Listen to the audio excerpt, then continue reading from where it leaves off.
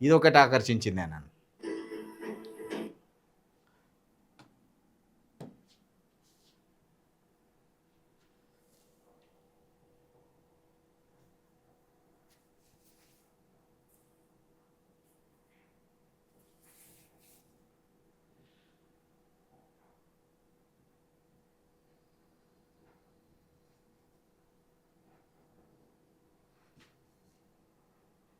ముద్దు పెడతాడు చూడు ఆయనకు.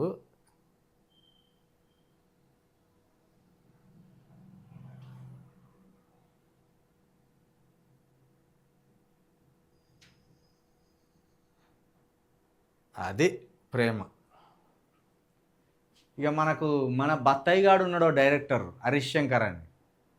ఆడైతే భగత్ సింగే పవన్ కళ్యాణ్ రూపంలో పుట్టిండు, లేకపోతే అల్లూరు సీతారామరాజే పవన్ కళ్యాణ్ రూపంలో పుట్టిండు, సుభాష్ చంద్రబోసు పవన్ కళ్యాణ్ రూపంలో పుట్టినట్టు. వాని మాటలు కాదు, వాని కథలు కాదు, వాడు ఎందుకు సినిమాలు తీస్తాడో అర్థం కాదు. ఇది సరిపోదా అభిమానులను ఎట్లా ప్రేమిస్తానని చూడడానికి?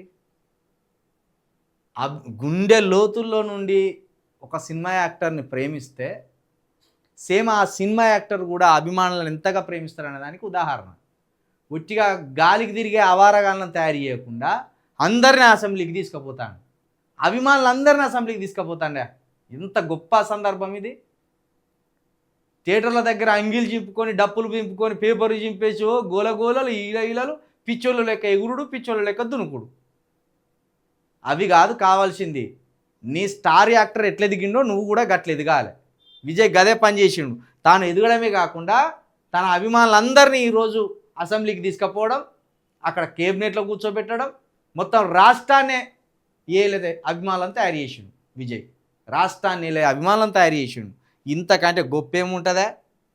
ఎంత ప్రేమగా దగ్గర తీసుకొని ముద్దు పెట్టిండు చూడు అభిమానికి. ఇది కావాలి. దయచేసి ఆంధ్రప్రదేశ్లో కానీ ఇక్కడ తెలంగాణలో కానీ మీరు, మనకెవ్వడు లేడు ఇక్కడ. మనల్ని ఈ స్థాయిలో ప్రేమించే హీరో ఎవడు లేడు. వాడు మన అత్త కూడా చిరాకు పడతాడు. ఓడేమో తణుతాడు, ఓడేమో గుద్దుతాడు, ఓడేమో వీడే దైవాంశ సంభూతుడు అన్నట్టు ఫీల్ అవుతాడు. నన్ను టచ్ చేస్తావురా అన్నట్టు చూస్తాడు. కాబట్టి మనకెవ్వడు ఇక్కడ హీరోలు లేరు. బాబాసాహెబ్ అంబేద్కర్ గారే మన హీరో, ఫూలే గారే మన హీరో, మన ప్రాంతమే మన అమ్మ. ఈ కాన్సెప్ట్ తోటి మనం బతకాలి. లేకపోతే మనం పిచ్చోళ్ళని చేసి మన ఓట్లు దనకపోతారు ఈ దుర్మార్గులు. జాగ్రత్తగా ఉండాలి మనం చాలా సుమా.